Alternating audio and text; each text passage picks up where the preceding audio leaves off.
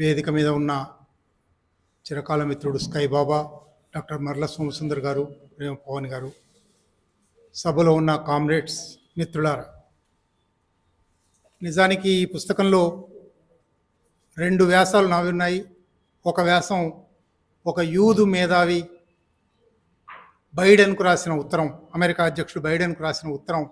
అది కూడా నా అనువాదమే ఉంది. పుస్తకంలో నా రచనలు ఉన్నప్పుడు ఆ పుస్తకం మీద నేను మాట్లాడడం అంత సమంజసం కాదు.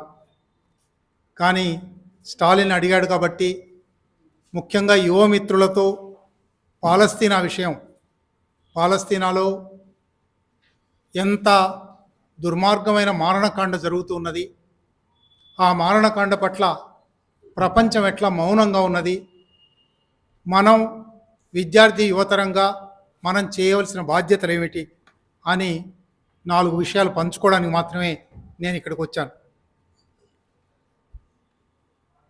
నిజానికి పాలస్తీనా గురించి మనం ఎందుకు పట్టించుకోవాలి?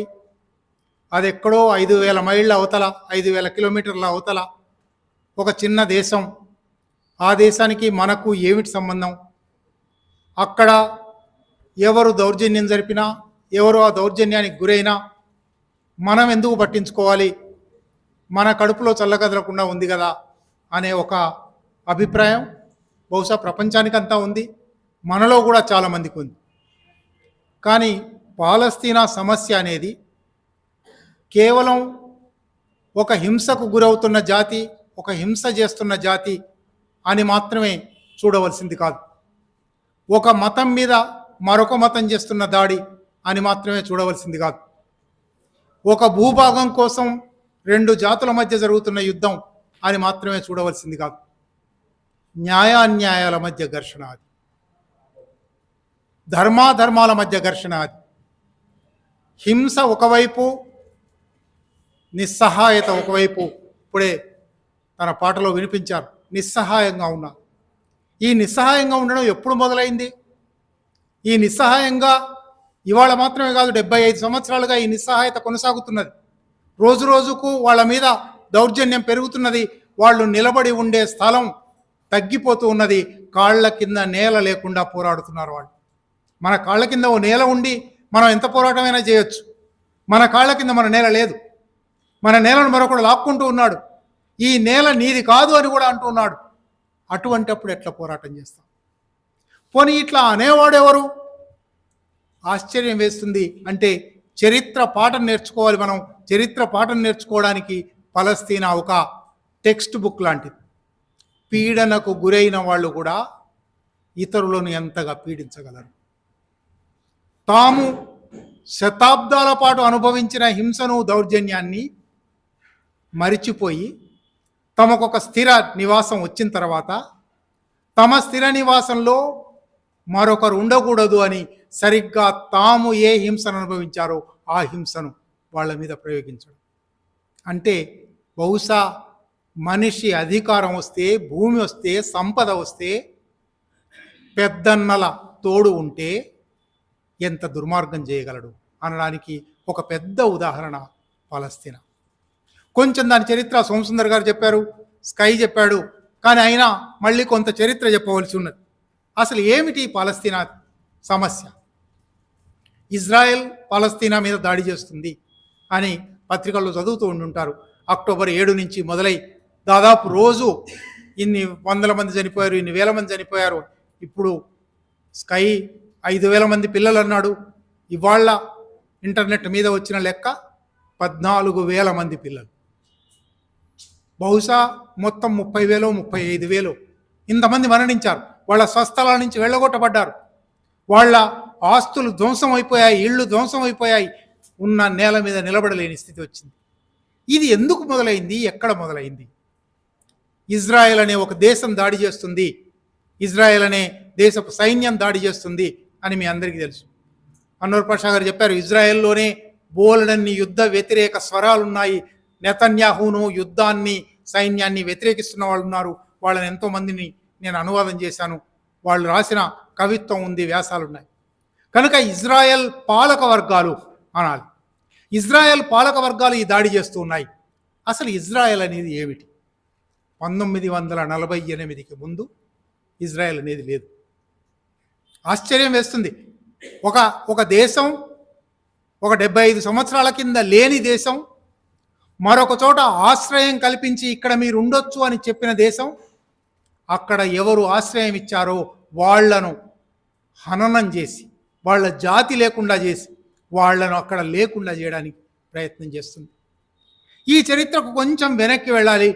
నిజానికి చాలా విస్తారంగా కొన్ని వందల వేల పుస్తకాలు వచ్చాయి ఇజ్రాయెల్ పాలస్తీనా సమస్య మీద. ఆ చరిత్ర అంతా ఎంతో కొంత ఈ పుస్తకంలో 25 వ్యాసాల్లో ఉన్నాయి. ఎప్పుడో 1930లో నార్ల వెంకటేశ్వరరావు గారు రాసిన వ్యాసం నుంచి, ఎప్పుడో 1940లో మహాత్మా గాంధీ రాసిన వ్యాసం నుంచి అనేక వ్యాసాలు ఉన్నాయి. మీ అందరికీ కాపీలు అందాయి కాబట్టి చదువుతారు. కానీ కొన్ని వివరాలైనా చెప్పవలసి ఉంది. యూదులు ప్రపంచవ్యాప్తంగానే అనేక దేశాల్లో, యూరోప్లో చెల్లా చెదురుగా ప్రతి దేశంలో ఉన్నారు. యూదులు మొదటి నుంచి వ్యాపారస్తులు, వడ్డీ వ్యాపారం. వాళ్ళ మీద వ్యాపారులు కావడం వల్ల యూరోప్లోని అన్ని దేశాలలోనూ అన్ని జాతులలోనూ యూదుల పట్ల ఒక వ్యతిరేకత ఉంటూ వచ్చింది. వీళ్ళు మన రక్తం పీల్చి పిప్పి చేస్తారు. అందుకే ఇవాళ కాదు, 16వ శతాబ్దిలో షేక్స్పియర్ మర్చెంట్ ఆఫ్ వెనిస్ అని నాటకం రాశాడు. దానిలో షైలాక్ అని ఒక వ్యాపారి పాత్ర ఉంటుంది. షైలాక్ యూదు.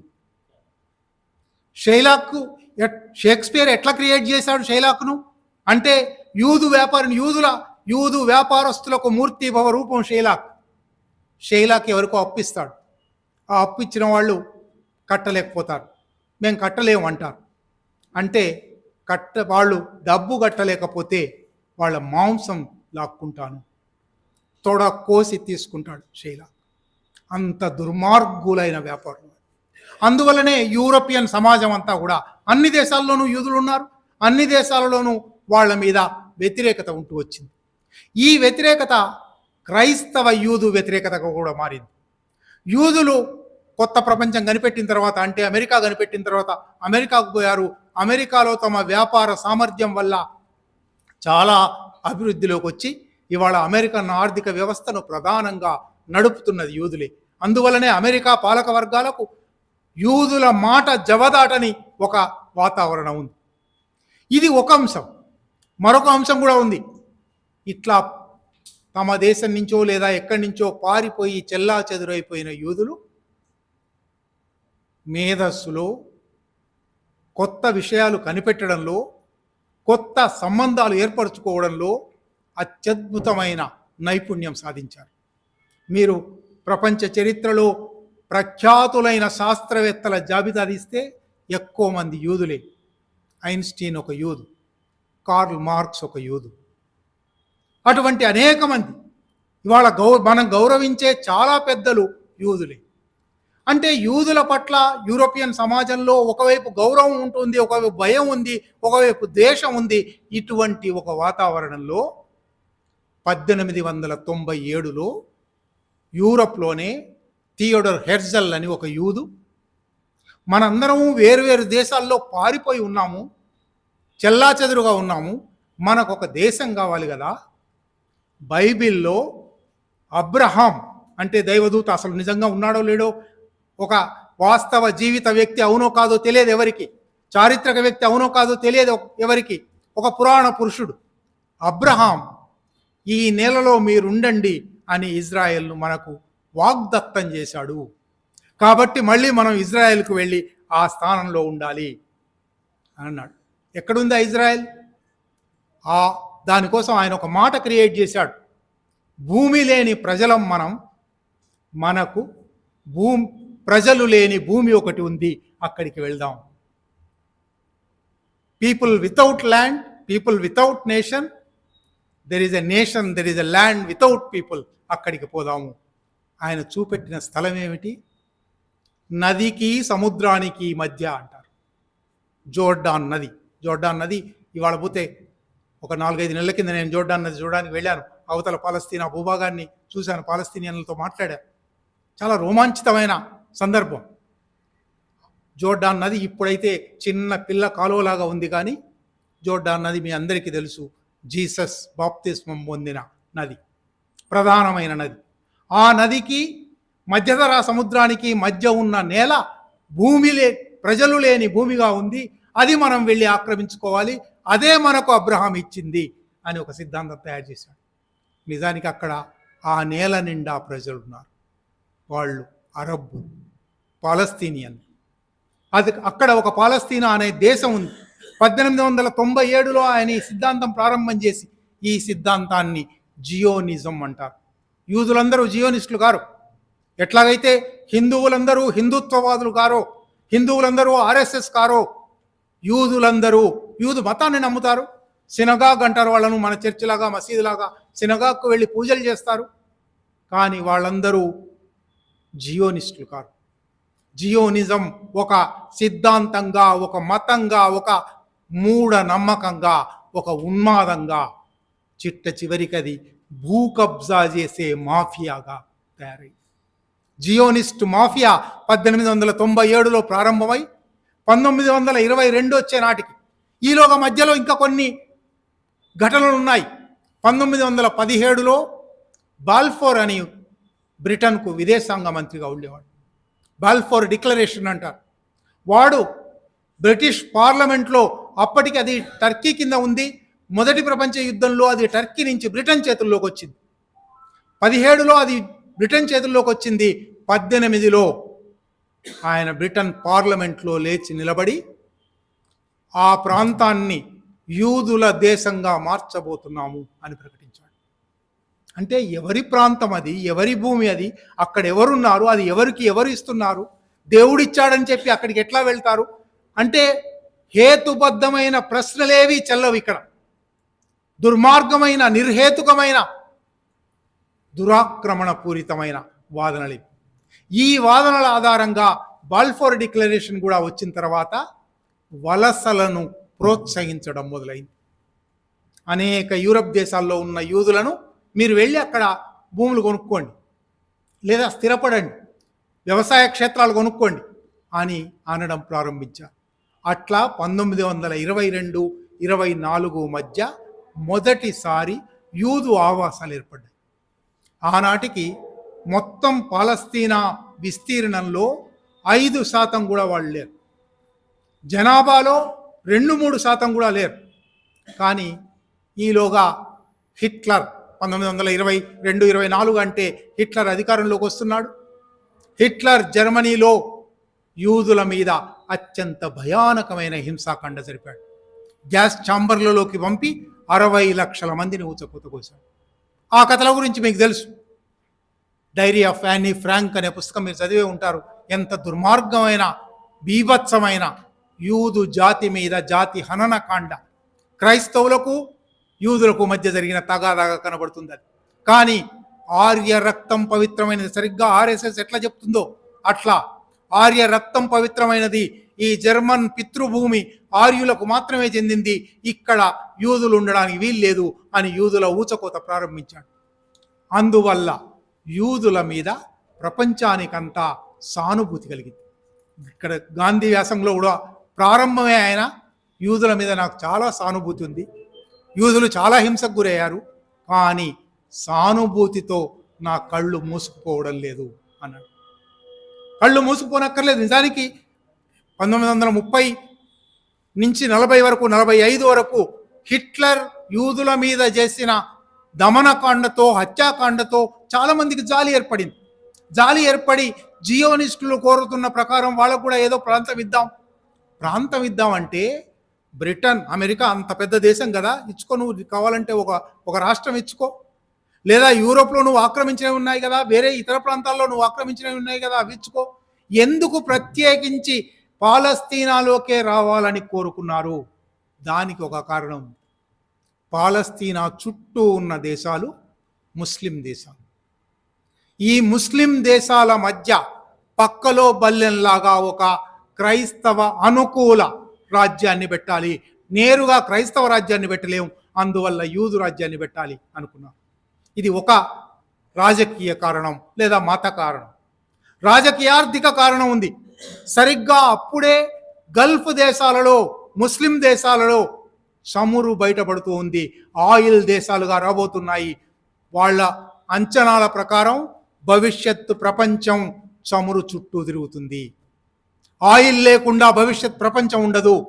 ఆయిల్ ఏమో ముస్లింల కాళ్ల కింద నేలలో ఉంది కనుక ముస్లింల కాళ్ల కింద నేలలో ఉన్న చమురు రాజకీయాలే భవిష్యత్ రాజకీయాలను, భవిష్యత్ ప్రపంచాన్ని నిర్ణయించబోతున్నాయి. కాబట్టి వాళ్ళ పక్కలో మన మాట వినే, మన బానిసైన, మన తైనాతి ఒకడు ఉండాలి. అక్కడ ఒక రాజ్యం కావాలి. అట్లా ఇజ్రాయెల్కి అనేక కారణాలు కలిపి ఇజ్రాయెల్ ఏర్పాటు చేయడానికి ఒక సన్నివేశం తయారైంది. రెండో ప్రపంచ యుద్ధం అయిపోయింది 45లో. 48లో ఐక్యరాజ్య సమితిలో ఇజ్రాయెల్ అనే ఒక దేశాన్ని ఏర్పాటు చేద్దాము. వాళ్ళు ఇప్పటికే 1922లో మొదలుపెట్టి క్రమంగా వలసలు పెరుగుతూ వచ్చి వాళ్ళు 33% చేరారు 1948 నాటికి. 33%కి 55% భూమి, అక్కడ తరతరాలుగా వేల సంవత్సరాలుగా ఉంటున్న అరబ్బులకు, పాలస్తీనియన్లకు 45% భూమి. దేశాన్ని 3 ముక్కలు చేశారు. 1 పాలస్తీనా ముస్లిం జనాభా, అరబ్ జనాభా. 2 ఇజ్రాయెల్ యూదుల జనాభా. 3 జెరూసలేం యూదులకు పవిత్ర స్థలం, క్రైస్తవులకు పవిత్ర స్థలం, ముస్లింలకు పవిత్ర స్థలం. అందువల్ల ఈ 3 కలిసి ఉన్న జెరూసలేంను అంతర్జాతీయ ఐక్యరాజ్య సమితి పర్యవేక్షణలో పెడతాము. ఈ మాట అన్న కొద్ది రోజులకే ఇజ్రాయెల్ ఏర్పడిన వెంటనే యుద్ధం ప్రారంభించింది చుట్టూ ఉన్న అరబ్ దేశాల మీద. ఆ యుద్ధంలో జెరూసలేంను ఆక్రమించేసింది. అక్కడి నుంచి ప్రారంభించి ఆ వివరాల్లోకి పోను పుస్తకంలో దొరుకుతాయి. పుస్తకంలో నా వ్యాసంలో ఒక పట్టిక కూడా ఇచ్చాను. ఏ సంవత్సరం ఏం జరిగింది. అక్కడి నుంచి 48 నుంచి ప్రారంభించి 2023 వరకు ఇజ్రాయెల్ పొరుగు దేశాల మీద కనీసం 7 యుద్ధాలు చేసింది. దేశంలోని పాలస్తీనియన్ల మీద ఎప్పుడు పడితే అప్పుడు బాంబు దాడులు చేసింది.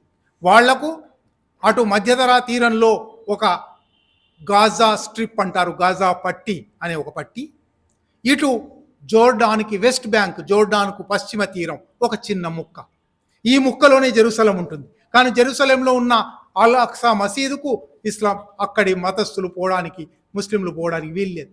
ఇంత దుర్మార్గమైన విభజన ఆ రోజు జరిగితే దాన్ని పెంచి ఇవాళ మీరు పటాలు చూసే ఉంటారు. ఆ రోజు 55% భూమిని అధికారికంగా ఐక్యరాజ్య సమితి నుంచి, అదే అన్యాయం, అదే దుర్మార్గం, అదే అక్రమం ఆక్రమించిన వాళ్ళు ఇవాళ 90% భూభాగంలో ఉన్నారు. 85 నుంచి 90% భూభాగంలో ఉన్నారు. ఈ భూభాగంలో ఉండడం మాత్రమే సరిపోనట్టుగా ఎప్పటికప్పుడు గాజా స్ట్రిప్ మీదకి బాంబు దాడులు, ఇటు వెస్ట్ బ్యాంక్ మీదకి బాంబు దాడులు. ఈ ఘర్షణంతా సాగుతున్న క్రమంలో పాలస్తీనాకు మళ్ళీ తన స్వతంత్ర ప్రతిపత్తి సంపాదించాలి, తన రాజ్యం తాను సంపాదించుకోవాలి అని పాలస్తీనా లిబరేషన్ ఆర్గనైజేషన్ ఏర్పడింది యాసిర్ అరాఫత్ నాయకత్వాన. అది ప్రారంభంలో సాయుధ పోరాటానికి కూడా పిలిపించింది, సాయుధ పోరాటం చేసింది. యూదుల మీద, జియోనిస్టుల మీద, యూదు పాలక వర్గాల మీద సాయుధ పోరాటం చేసింది. సాయుధ పోరాటంలో 2-3 దశాబ్దాలు కొనసాగిన సందర్భంలోనే పిఎల్ఓను ప్రపంచం అంతా అంగీకరించింది, గౌరవించింది. స్వయంగా యాసిర్ అరాఫత్ భారతదేశం ఎన్నోసార్లు వచ్చాడు, హైదరాబాద్ కూడా వచ్చాడు. ఒకవైపు సాయుధ పోరాటం చేస్తూ ఉండగానే 93లో ఇంకా లాభం లేదు, వీళ్ళతో సాయుధ పోరాటం చేయలేము, ఏదో ఒక సంధి కుదుర్చుకోవాలి. అప్పటి వరకు ఆయన మాట్లాడుతున్నది, పాలస్తీనియన్ లిబరేషన్ ఆర్గనైజేషన్ మాట్లాడుతున్నది సింగిల్ పాలస్తీనియన్ స్టేట్ ఉండాలి, from river to sea, Jordan నది నుంచి మధ్యధరా సముద్రం దాకా ఇది పాలస్తీనియన్లు వేలాది సంవత్సరాలుగా ఉంటున్న నేల. మా నేలను ఇంకొకళ్ళకి ఇవ్వడానికి వీల్లేదు, వాళ్ళ మీద మీకు అంత ప్రేమ ఉంటే మీ దేశంలో స్థలం కల్పించుకోండి అని డిమాండ్ చేస్తూ ఉన్నారు. కానీ 2-3 దశాబ్దాల సాయుధ పోరాటం తర్వాత ఇంకా లాభం లేదు అని ఒక రకమైన నిరాశ నిస్పృహలకు గురై 1993లో నార్వేలో, ఆస్లోలో ఒక ఒప్పందానికి వచ్చాడు. ఐక్యరాజ్య సమితి కుదిర్చిన ఒప్పందం. అమెరికా, బ్రిటన్లు, ఇంతకాలము కుట్రలకు, కుహకాలకు పాల్పడిన అమెరికా, బ్రిటన్లు చివరికి దిగి వచ్చి ఒక ఒప్పందానికి, దాని ప్రకారం పాలస్తీనా స్వతంత్ర రాజ్యాన్ని గుర్తిస్తాము అని వాళ్ళు అన్నారు. ఇజ్రాయెల్ స్వతంత్ర రాజ్యాన్ని గుర్తిస్తాము అని వీళ్ళు అన్నారు. 2 దేశాలు ఏర్పడ్డాయి. అటు వెస్ట్ బ్యాంక్లోను ఇటు గాజా స్ట్రిప్లోను ఎన్నికలు ప్రారంభమయ్యాయి. ఎన్నికల ద్వారా ఒక అధికారంలోకి రావాలి. అట్లా పిఎల్ఓ చేసినది శాంతి ఒడంబడిక ద్రోహమని, పాలస్తీనియన్ల ఆకాంక్షలను తాకట్టు పెట్టాడు యాసర్ అరాఫత్ అని విమర్శించిన వాళ్ళు ఉన్నారు. ఎక్కడైనా మీకు తెలుసు, ఒక పోరాటం జరుగుతున్నప్పుడు సంధి కుదుర్చుకుంటారు, నాయకత్వం సంధి కుదుర్చుకోవడానికి ప్రయత్నం చేస్తుంది. లోపల ఉన్న కొన్ని శక్తులు ఇది ద్రోహం అని భావిస్తాయి, తిరగబడతాయి. అట్లా తిరగబడినందువల్ల వచ్చిన ఒక సంస్థ హమస్. అనేక సంస్థలు వచ్చాయి. హమస్ అట్లా వచ్చిన సంస్థ. కానీ ఆ సంస్థ కూడా వెంటనే సాయుధ పోరాటానికి దిగలేదు. ఆ సంస్థ ఎన్నికలలో పాల్గొన్నది, ఎన్నికలలో వెస్ట్ బ్యాంక్లో గెలిచింది, గెలిచి అధికారంలోకి వచ్చింది. అధికారానికి వచ్చిన తర్వాత ఇజ్రాయెల్ వాళ్ళ మీద దాడి చేసింది, బాంబులు దాడులు చేసి వాళ్లకు నిలువ నీడ లేకుండా చేసింది. వాళ్ళు ఇంకా సాయుధ పోరాటం తప్పదు అనే స్థితికి వచ్చారు. అంటే ఎన్నికలలో అధికారానికి వచ్చిన వాడిని కూడా నిలవనివ్వకపోతే ఇంకా ఏం చేస్తాం చిట్ట చివరికి? ఇవాళ హమస్ అక్టోబర్ 7 నాడు దాడి చేసింది. ఈ దాడిని ఖండిస్తారా లేదా, ఈ దాడి తప్పా లేదా చాలామంది మాట్లాడుతున్నారు. చామ్స్కీ ఒక మాట అన్నాడు, ఈ పుస్తకం వెనక వేశారు. అక్టోబర్ 7 తర్వాతనే అన్నాడు, నా నీళ్లు నాకు దక్కనియ్యవు, నా ఆలివ్ చెట్లకు అగ్గి పెడతావు, నా ఇంటిని ధ్వంసం చేస్తావు, నా ఉపాధిని కాలరాస్తావు, నా భూమిని కబ్జా చేస్తావు, నా తండ్రిని ఖైదు చేస్తావు, నా తల్లిని హతమారుస్తావు, నా దేశంపై బాంబుల వర్షం కురిపిస్తావు, ఆకలితో అలమటించేలా చేస్తావు, మమ్మల్ని అందరినీ అవమానాల పాలు చేస్తావు, అయినా తిరిగి నన్నే నిందిస్తావు, అందుకే ప్రతిగా నీపై రాకెట్ పేల్చాను. హమస్ చేసింది అది. ఈ మాట ఇవాళ మనం ఇక్కడ కూర్చొని దూరంలో కూర్చొని హమస్ చేసింది తప్ప రైటా చర్చ కాదు. అక్కడ 75 సంవత్సరాలుగా హింసకు, 3 తరాలుగా హింసకు పాల్పడ్డ వాళ్ళు చెయ్యి అడ్డం పెట్టారు, ఒక రాయి విసిరారు. కాళోజీ ఎప్పుడో అన్నాడు, హింస తప్పు, ప్రతి హింస తప్పు కాదు. ఆయన పదే పదే ఒక ఉదాహరణ చెప్పేవాడు. గాంధీ గారు ఈ చెంప కొడితే ఆ చెంప కొట్టమని చూపెట్టండి అని అంటూ ఉంటారు. ఆ తర్వాత గాంధీ గారు ఏం రాశారో ఒకసారి చదవండి. 2 చెంపలు కొట్టిన తర్వాత నువ్వేమైనా చేయొచ్చు. మొదట సత్యాగ్రహం చేసావు నిజంగానే, ఒక చెంప కొడితే 2వ చెంప కొట్టమన్నావు. సరిగ్గా హమస్ ఇవాళ ఆ పని చేస్తుంది. హమస్ ఆ పని చేయడానికి 2012లో దాడులు జరిగాయి. 2012లో భస్మీపట్నం జరిగింది. భవనాలన్నీ కూలగొట్టారు, వేలాది మందిని ఇవాళలాగానే ధ్వంసం చేశారు, హత్యాకాండ జరిపారు. వాళ్ళు అప్పటి నుంచి చాలా రహస్యంగా ఎన్నెన్ని రకాలుగా చుట్టూ ముళ్ళ కంచెలు, చుట్టూ ఇజ్రాయెల్ పహరా, ఇజ్రాయెల్ నిఘా, వాటి మధ్య నుంచి ఎట్లా ఆయుధాలు పోగేసుకున్నారో తెలియదు. లోపలికి మంచినీళ్లు రావాలంటే ఇజ్రాయెల్ అంగీకరించాలి, మందులు రావాలంటే ఇజ్రాయెల్ అంగీకరించాలి, తిండి రావాలంటే ఇజ్రాయెల్ అంగీకరించాలి. చుట్టూ ఇజ్రాయెల్ ఉంది. అటువంటి చోట ఆయుధాలు సమకూర్చుకున్నారు. అటువంటి చోట సొరంగాలు తవ్వుకొని ఈజిప్ట్లోకి సొరంగం తవ్వారు. ఈజిప్ట్ నుంచి సొరంగ మార్గం ద్వారా ఆయుధాలు తెచ్చుకున్నారు. ఒక్కరోజు అక్టోబర్ 7న 5,000 రాకెట్లు పేల్చారు. నిజానికి ప్రపంచంలో చాలామంది దాన్ని ఖండించారు, హమస్ దాడి చేస్తుందా అన్నారు. కానీ నేను వ్యక్తిగతంగా దాన్ని సమర్థిస్తున్నా.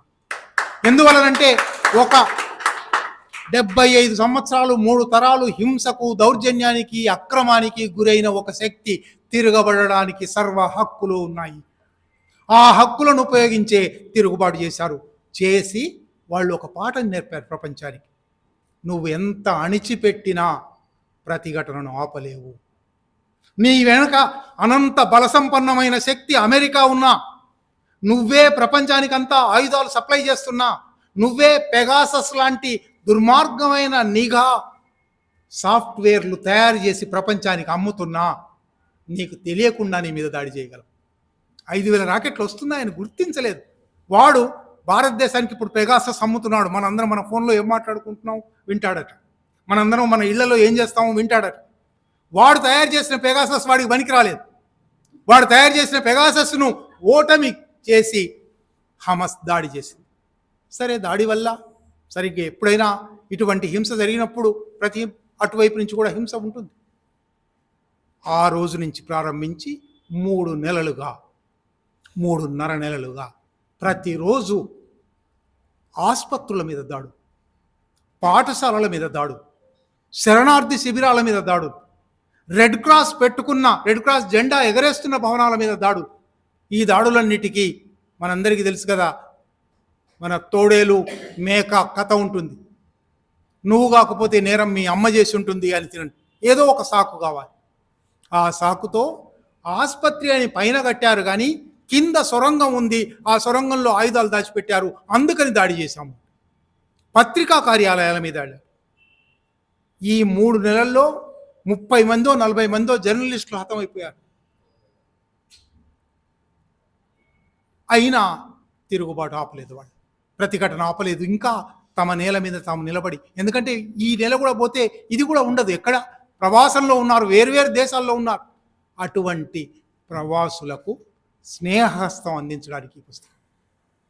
అటువంటి ప్రవాసులకు, అటువంటి అక్రమాలకు, హత్యాకాండకు, అత్యాచారాలకు, దౌర్జన్యాలకు గురవుతూ చెయ్యి అడ్డు పెట్టిన వాళ్లకు మేము ఉన్నాం మీ పక్షాన.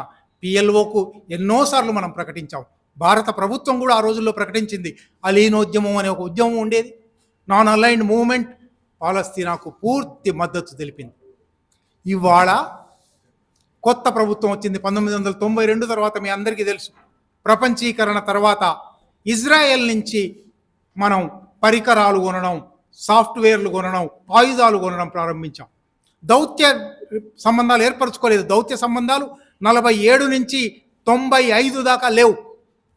95 తర్వాత క్రమక్రమంగా దౌత్య సంబంధాలు ఏర్పరచుకోవడం ప్రారంభమైంది. అయినా ప్రధానమంత్రులు ఎవరు ఇజ్రాయెల్కు వెళ్ళలేదు. ఇజ్రాయెల్ను గుర్తించిన తర్వాత కూడా మనం ఇజ్రాయెల్ పట్ల సానుభూతి ప్రకటించడమో, ఇజ్రాయెల్కు సహాయం చేయడమో చేయలేదు భారత ప్రభుత్వం. మొట్టమొదటిసారి నరేంద్ర మోడీ లేదా నరేంద్ర హిట్లర్ ఇజ్రాయెల్కు వెళ్ళడం మాత్రమే కాదు, మీరు అప్పటి ఫోటోలు పత్రికల్లో వచ్చాయి, వెళ్ళి నరహంతకుడు, మరొక నరహంతకుడు బెంజమిన్ నెతన్యాహును కావలించుకున్నప్పుడే ఈ పెగాసస్ ఒప్పందం కూడా కుదిరింది. అప్పుడే పెగాసస్ ఇక్కడికి వచ్చింది. అంటే మనం ఇవాళ వాళ్లకు స్నేహహస్తం అందించడం మాత్రమే కాదు, వాళ్ళ కష్టాలలో మన సహానుభూతి ప్రకటించడం మాత్రమే కాదు, వాళ్ళది న్యాయమైన సమస్య అని ప్రపంచానికి చాటి చెప్పడం, రాయడం మాత్రమే కాదు, మన దేశ పాలకులు కూడా అంత దుర్మార్గాన్ని ఎట్లా సహిస్తున్నారు, అంత నరహంతకులను ఎట్లా సమర్థిస్తున్నారు, ఆ నరహంతులకు ఎట్లా సాయం చేస్తున్నారు కూడా మనం ఎత్తిపట్టవలసి ఉంది. ఈ 2 అంశాలతో పాటు ఇప్పటికే చాలాసేపు మాట్లాడాను. నిజానికి ఇంకా కొన్ని గంటలు పాలస్తీనా మీద నా మొదటి వ్యాసం 1981లో రాశాను. 42 సంవత్సరాల కింద. 42 సంవత్సరాలుగా నా హృదయంలో ఒక ముక్క, అది రక్తం ఓడుతున్న ముక్క. ఎందుకంటే మన ప్రపంచవ్యాప్తంగా ఎన్నో పోరాటాల గురించి చదివాం. ఒక నేల మీద నిలబడి ఉంటారు, ఒక స్థావరం ఉంటుంది, ఆ స్థావరం నుంచి పోరాడతారు. తమ కాళ్ళ కింది నేల తమది కాదని ఇంకోటి లాగేస్తున్నప్పుడు పోరాడడం అంటే ఎంత సాహసం కావాలి. ఆ సాహసం నుంచే పాలస్తీనా అత్యద్భుతమైన సాహిత్యం సృష్టించింది. ఇంతకుముందు స్కైబాబా మహమూద్ దర్వీష్ గురించి చెప్పాడు. దర్వీష్ దాదాపు 10-12 కవితలు నేను తెలుగు చేశాను. సమీఅల్ ఖాసిమ్ అని ఉన్నాడు, అద్భుతమైన కవి. అటువంటి కవులు కనీసం 30-40 మంది వచ్చారు. కథకులు ఘసన్ కన్ఫానీ అని కథకుడు ఉన్నాడు, గొప్ప కథకు. అటువంటి సాహిత్యం కూడా సృష్టించింది. మనం పాలస్తీనాను అధ్యయనం చేయడం మన మానవత్వాన్ని చూపెట్టుకోవడానికి, ఒక అన్యాయం పట్ల మన ఖండనను చెప్పడానికి, గొప్ప సంఘర్షణలో నుంచి పుట్టిన గొప్ప సాహిత్యాన్ని అధ్యయనం చేయడం, ఆ సమస్యను అధ్యయనం చేయడం, పాలస్తీనా సోదరులకు అండగా నిలబడతాము అని ప్రతి చోట. నిజానికి ఇంతకుముందు అన్వర్ పాషా గారు అన్ని దేశాల్లో, బహుశా సోమసుందర్ గారు అన్ని దేశాల్లో ప్రదర్శనలు జరిగాయి అన్నారు. కానీ మీరు యూరోప్తో పోలిస్తే, యూరోప్లో ఒక్కొక్క చిన్న నగరంలో కూడా 2 లక్షలు, 5 లక్షలు, 10 లక్షల మంది ప్రదర్శనలు చేశారు. భారతదేశంలో ఇంత 150 కోట్ల జనాభా 10 లక్షల మందితో ప్రదర్శన జరగలేదు ఎంత మహానగరంలో కూడా. నిజంగా సిగ్గుచేటైన విషయం. ఒక ప్రపంచవ్యాప్తంగా ఖండించదగిన అత్యంత దుర్మార్గమైన మారణకాండ ఒకటి జరిగిపోతూ ఉన్నది మన కళ్ళ ముందర. ఖండించడానికి, నిరసన తెలపడానికి, ఆ దుర్మార్గంలో పాలు పంచుకుంటున్న మన పాలకులను ఖండించడానికి మనకు నోరు రావడం లేదు, చెయ్యి రావడం లేదు. ఒక్కసారి ఇటువంటి విషయాలన్నీ ఆలోచించవని, పాలస్తీనా సమస్యలో ఇమిడి ఉన్న న్యాయాన్యాయాల చర్చ, భూ ఆక్రమణ చర్చ, ఒక స్థానిక వాసులను వెళ్ళగొట్టి ఆ స్థానాన్ని మరొకడు దురాక్రమించిన చరిత్ర, ఆ దురాక్రమణను స్థిరం చేసుకోవడానికి వేలాది లక్షలాది మందిని చంపుతున్న చరిత్ర, చిన్నారి పిల్లలను, స్త్రీలను, భవనాల నేలమట్టం, ఎంత హింసాకాండ జరుగుతున్నదో రోజు పత్రికలు చూస్తే అర్థమవుతుంది. మనం మనుషులమేనా కాదా, మన హృదయం ఉండవలసిన చోటనే ఉన్నదా లేదా అని మనకు మనం పరీక్షించుకోవడానికి పాలస్తీనా ఒక టాలిస్మాన్, ఒక చిహ్నం. ఆ చిహ్నాన్ని మీరు కూడా ఇప్పుడు ఈ పుస్తకం ద్వారా మీ దగ్గరికి చేర్చుకున్నారు. అధ్యయనం ద్వారా ఆ చిహ్నాన్ని మీరు పెంచుకుంటారని నా కోరిక. ఈ 4 మాటలు మాట్లాడే అవకాశం ఇచ్చిన ఏఐపిఎఫ్కి ఓపికగా విన్న మీ అందరికీ కృతజ్ఞత.